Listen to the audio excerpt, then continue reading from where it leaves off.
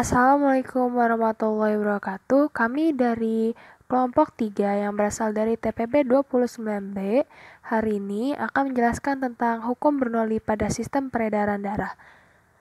Anggota kelompok kami ada Cika Roimsyah yang berNIM 120190075, Fahmi Arbain yang berNIM 120400046, lalu ada Amarullah Alhamdi 120400045 dan ada Septia Ardila yang berNIM 120400004. Selamat menyaksikan. Pada tubuh manusia memiliki 3 jenis pembuluh darah utama, yaitu arteri, kapiler, dan vena. Lalu jika kamu menarik ulur seluruh pembuluh darah yang ada dalam tubuhmu, pembuluh darah tersebut akan mengalami panjang 93.000 km atau setara dengan 8 kali panjang diameter bumi.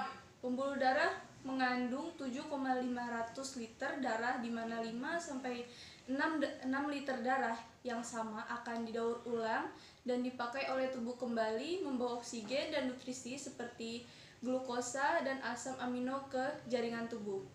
Darah menggerakkan dinding otot pembuluh darah bergerak ke atas, ke bawah, mengikuti ritme detak jantung. Gaya itulah yang kita sebut sebagai tekanan darah. Pergerakan dinding otot paling tinggi terjadi saat sistole meningkat, di mana ketika jantung memompa darah melewati arteri, sedangkan diastole adalah tekanan pada jantung saat periode istirahat di antara detak jantung. Umumnya orang dewasa akan memiliki tekanan sistole sekitar 90 sampai 120 mmHg dan tekanan diastole sekitar 60 sampai 80 mmHg yang jika dirata-ratakan akan menghasilkan tekanan darah manusia normal secara keseluruhan bernilai 120 sampai 80 mmHg. Darah melewati seluruh bagian tubuh melewati sistem kardiovaskular. Di dalam sistem ini ada beberapa hal yang dapat menaikkan atau menurunkan jumlah gaya yang berada di dinding pembuluh darah. Sedikitnya kandungan fluida yang berada di dalam pembuluh darah, banyaknya kandungan fluida yang ada di pembuluh darah, dan ukuran diameter pembuluh darah. Pembuluh darah memiliki ukuran dan diameter yang berbeda-beda. Aorta, pembuluh darah arteri terbesar dalam tubuh yang keluar dari vertikal jantung dan membawa banyak oksigen yang memiliki ukuran 3 cm. Sampai kapiler yang berdiameter 5-10 mikrometer saja. Ukuran lumen di pembuluh darah berbeda karena perbedaan fungsi pembuluh itu sendiri. Arteri harus membawa darah yang mengandung oksigen dari jantung ke jaringan dengan tekanan tinggi untuk memastikan tekanan darah tetap dipertahankan. Ukuran dinding pembuluh darah arteri akan lebih tebal dengan ukuran lumen yang lebih kecil agar adanya tekanan. Disinilah hukum Bernoulli terjadi. Saat aliran fluida menurun, maka tekanan fluida tersebut akan meningkat dengan ukuran dinding yang tebal dan ukuran lumen yang kecil, memastikan tekanan pergerakan sistol dan diastol dari jantung ini dipertahankan saat darah diangkat ke seluruh tubuh. Selain pembuluh darah arteri, ada dua jenis pembuluh darah lainnya, yaitu pembuluh darah kapiler yang menyalurkan oksigen ke jaringan atau sel-sel tubuh, dan pembuluh darah vena yang membawa darah mengandung karbon dioksida kembali ke jantung juga paru-paru.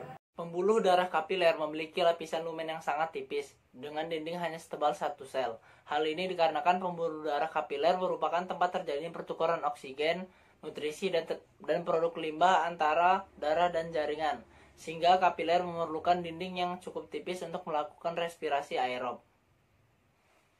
Pada pembuluh darah kapiler terdapat penurunan kecepatan. Penurunan ini terjadi karena adanya peningkatan rasio luas permukaan terhadap volume, yang berarti darah kontak dengan lebih banyak luas permukaan pembuluh darah.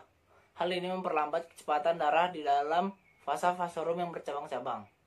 Setelah tertukarnya oksigen dengan karbon dioksida, maka darah yang tidak teroksigenasi akan dibawa ke dalam pembuluh darah vena menuju jantung dan paru-paru. Darah yang mengalir di pembuluh darah vena memiliki kecepatan yang lambat dengan tekanan yang lebih besar. Hal ini terjadi karena pembuluh darah vena memiliki katup-katup untuk mencegah darah turun akibat adanya gaya gravitasi dan ukuran lumen yang besar dengan ketebalan dinding yang tipis, sehingga memiliki diameter yang lebih lebar dari pembuluh darah arteri dan kapiler. Darah akan dibawa oleh vena ke jantung melalui dua vena yang besar, yaitu superior vena cava dan inferior vena cava. Pada pembuluh darah yang besarlah hukum Bernoulli terjadi. Ukuran vena lebih besar daripada ukuran vena cava, di mana menghasilkan tekanan pada vena lebih besar daripada di vena cava.